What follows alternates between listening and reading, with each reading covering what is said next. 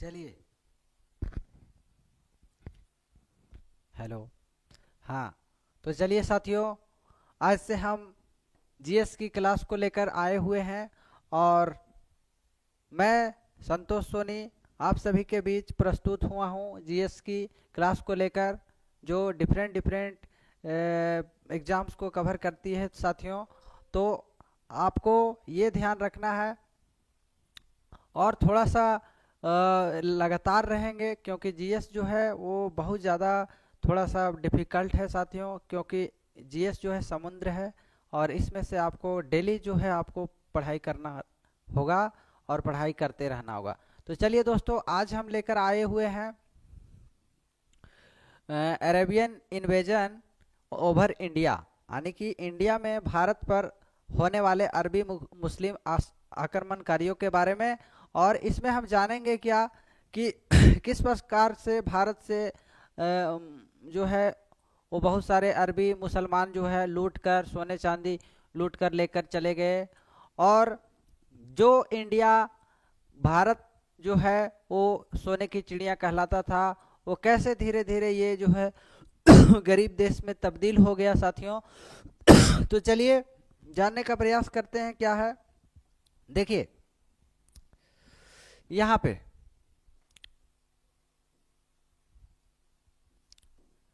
Arabian Arabian invasions इन India, Bharat पर भारत पर भारत पर भारत पर अरबी आक्रमण अरबी आक्रमण मतलब जो मुसलमान थे जो अरब देश से आए हुए थे, उनका भारत पर आक्रमण क्यों हुआ, क्या कारण था, इसके बारे में हम जानते हैं। तो वो कारण क्या था, रीजन रीजन था, दो कारण था। सॉरी, रीजन क्या था साथियों, तो दो रीजन था। इसी वजह से जो है अरबी लोग भारत में आए हुए थे। तो वो दो कारण था। कितना कारण था, दो कारण। क्या है दो कारण, तो फर्स्ट है to spread Islam Islam in India, Bharat में इस्लाम को स्थापित करना। ठीक है, भारत में इस्लाम को कायम करना। और दूसरा दूसरा क्या था साथियों, तो लूट the golden treasure of India. हाँ, भारत में सोने की लूट, भारत में सोने की लूट, भारत में सोने की लूट करना। तो मतलब भारत से धन को लूटना ही जो है वो मुस्लिम आक्रमणकारियों का मेन उद्देश्य था साथियों। और इसको जानने से पहले थोड़ा सा आप इस्लाम पे हम चर्चा कर लेते हैं साथियों। क्या है इस्लाम, इस्लाम जो होता है एक धर्म है साथियों। Islam is a religion. इस्लाम क्या है, एक रिलीजन है, धर्म है साथियों। और ये एकेश्वरवाद धर्म कहलाता है। एकेश्वरवाद का मतलब होता है क्या साथियों, केश्वरवाद। ठीक है, एकेश्वरवाद मतलब क्या होता है कि इम्पोर्टेंस इज गिवन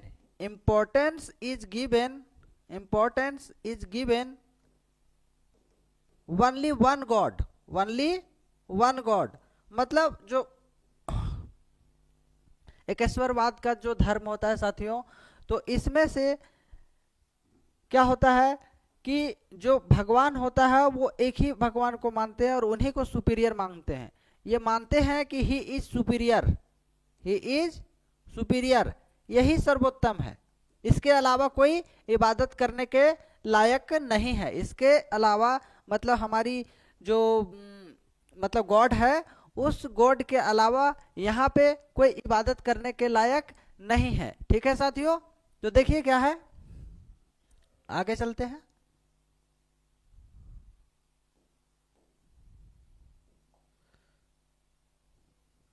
नेक्स्ट।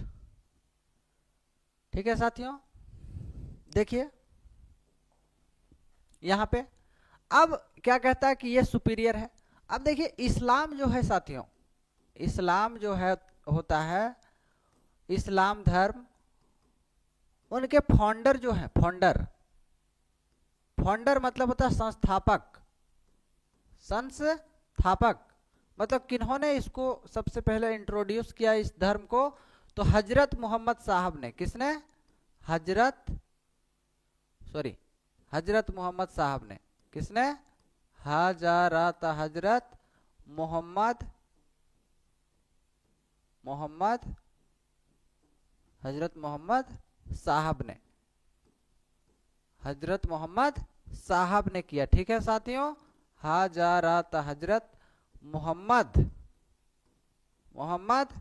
साहब ने इसको, इस धर्म को सबसे पहले राज किया। ठीक है साथियों, देखिए हजरत मोहम्मद साहब जो थे, उनका बर्थ मतलब होता है जन्म, बर्थ मतलब जन्म, बर्थ मतलब क्या होता है साथियों? जन्म। जन्म जो है 570 एडी में, 570 एडी में हुआ मक्का में। कहाँ हुआ साथियों? मक्का में। और मक्का कहाँ आता है? सऊदी अरब में आता है। कहाँ आता है साथियों? हाँ, सऊदी अरब में आता है। यदि इंडिया में बात करेंगे तो इंडिया में यदि हम बात करेंगे कि सऊदी अरब का जो सऊदी अरब का डायरेक्शन है वो किस डायरेक्शन में है इंडिया से? तो ये डायरेक्शन है आपका कहाँ? वेस्ट डायरेक्शन में है। आप देखिएगा कि जो मुस्लिम नमाज करते हैं वो किधर, कौन सा डायरेक्शन में? तो वेस्ट डायरेक्शन में, क्योंकि वेस्ट डायरेक्शन में ही है मक्का और मदीना। ठीक है साथियों, तो ये दो मतलब पिलग्रिम्स है इनके, 2 पिलग्रिम्स है, पिलग्रिम्स, हाँ, मक्का और मदीना, मक्का और मदीना, मक्का एंड मदीना। देखिए, और मक्का में उनका जन्म हुआ और मृत्यु कहाँ हुआ? मदीना में। ठीक है साथियों, तो जब इनका जन्म हुआ तो ये यहाँ पे क्या किए कि एक हीरा नाम का गुफा था, हीरा केव, हीरा केव में इनको इनलाइटमेंट हुआ, इनलाइटमेंट हुआ। इनलाइटमेंट मतलब होता है महाज्ञान की प्राप्ति, महाज्ञान की प्राप्ति, महाज्ञान की प्राप्ति हुआ इनको हीरा नाम के गुफा में। ठीक है, तो हीरा नाम के गुफा में जब इनको 610 एडी में ज्ञान की प्राप्ति होती है, तो इसके बाद क्या होता है साथियों? इसके बाद ये वहाँ से आते हैं और एक बुक लेकर निकलते हैं और बोलते हैं कि हमें जो है वो अल्लाह ने क्या किया है कि अपना मैसेंजर बना के यहाँ पे धरती पे भेजा है, और उनके द्वारा जो भी मैसेज है वो हमें दिया गया है, और हम इस पृथ्वी पे हम उस ज्ञान को सभी लोगों तक पहुंचाएंगे। ये हमें जो है वो गॉड ने बताया है। ठीक है, और उनके गॉड का नाम क्या था? जिब्राइल था। क्या नाम था? जिब्राइल। जिब्राइल ने बताया है। किसने बताया है? जिब्राइल ने, गैब्रियल इसको बोलेंगे। ठीक है साथियों, तो देखिए यहां से नेक्स्ट क्या चलेंगे साथियों, यहां पे आगे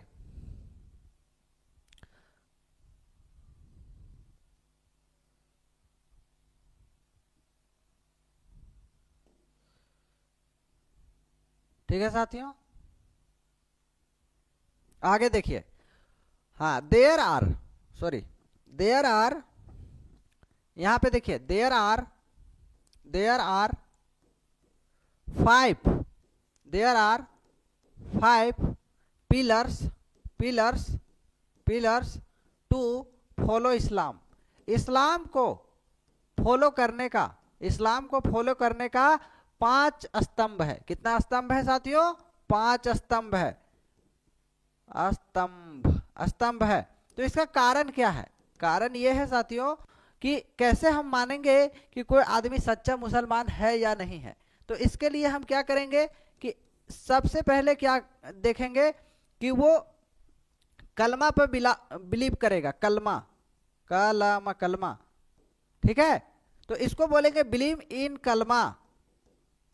बिलीव इन कलमा मतलब कलमा पर बिना शक किए, बिना डाउट किए यदि कोई आदमी बिलीव करता है, विश्वास करता है, कलमा पर एतवार करता है और विश्वास करता है, तो उसी को हम सच्चा मुसलमान कहेंगे साथियों। वो व्यक्ति जो कलमा पर विश्वास रखता है, एतवार करता है, भगवान पे कोई शक नहीं करता है, वही सच्चा मुसलमान है साथियों। तो और एक चीज और भी देखेंगे कि द पर्सन वैसा आदमी, the person who believe in कलमा, हु बिलीव इन कलमा, यानी जो कलमा पे बिलीव करता है उसको क्या बोलते हैं? तो मुसलमान यानी इस्लामान। हाँ, the person who believe in कलमा इज नॉन एज मुस्लिम्स। उसको क्या बोलेंगे साथियों? मुस्लिम्स बोलते हैं। जो कलमा पर बिलीव करता है उसको क्या बोलेंगे? जो कलमा पर एतवार करता है, एतबार या विश्वास करता है, विश्वास करता है, मुसलमान कहलाता है, मुसलमान कहलाता है। ठीक है साथियों, वह व्यक्ति जो कलमा पर बिलीव करता है उसको हम लोग मुसलमान कहेंगे। ठीक है, नेक्स्ट चलते हैं साथियों।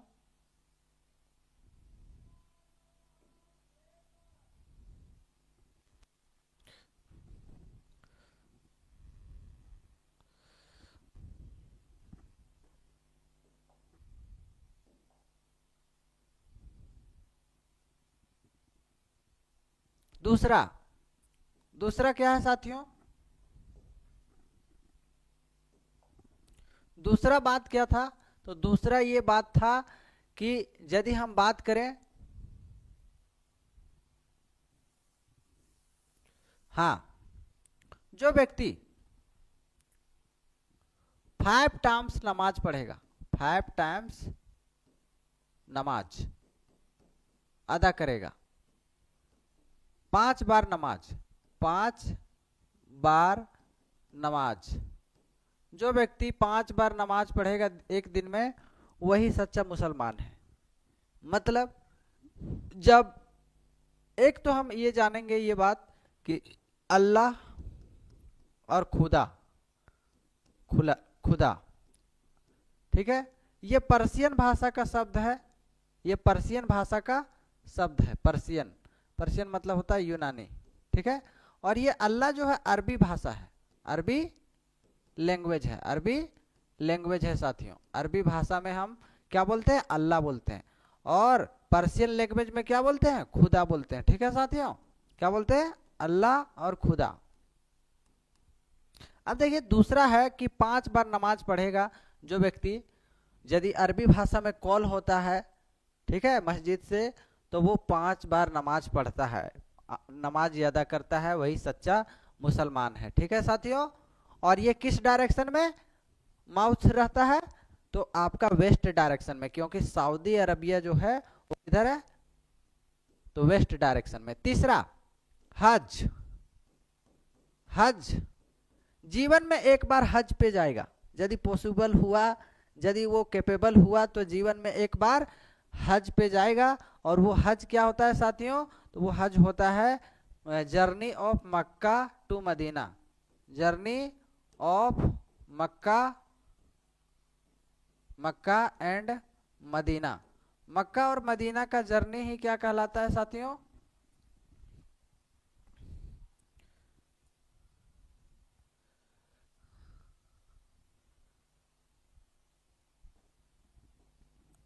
मक्का और मदीना का जर्नी ही क्या कहलाता है साथियों?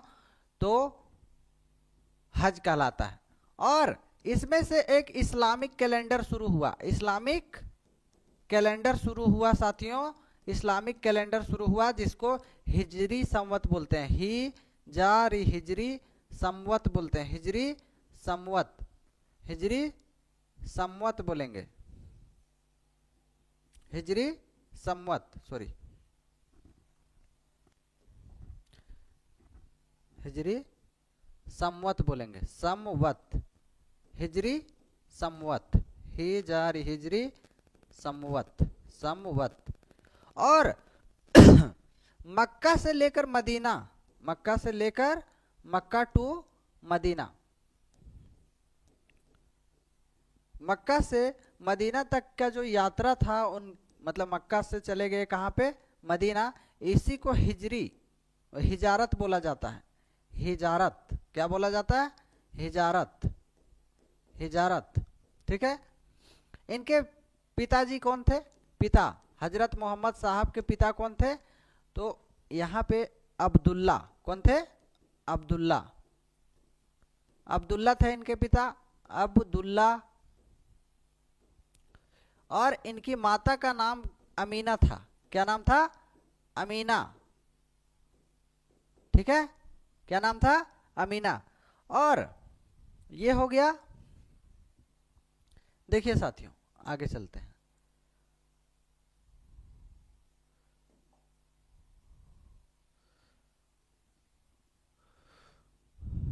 उसके बाद देखिए,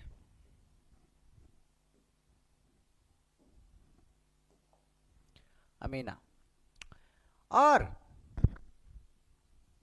जो हजरत मोहम्मद साहब है, उनका जो विवाह है वो खदीजा नाम की एक विधवा औरत से हुई थी। और उनका उम्र उस समय 41 ईयर्स था और इनका उम्र जो था वो 25 ईयर्स था, ठीक है साथियों। और उनसे उन्हें एक पुत्री की प्राप्ति होती है और पुत्री का नाम है क्या साथियों? तो फातिमा। क्या नाम है? फातिमा। और फातिमा का जो विवाह होता है, निकाह होता है, वो निकाह किससे होता है? अली से होता है। हालांकि उनका कोई पुत्र नहीं था, एक पुत्री थी, उनका विवाह होता है अली से।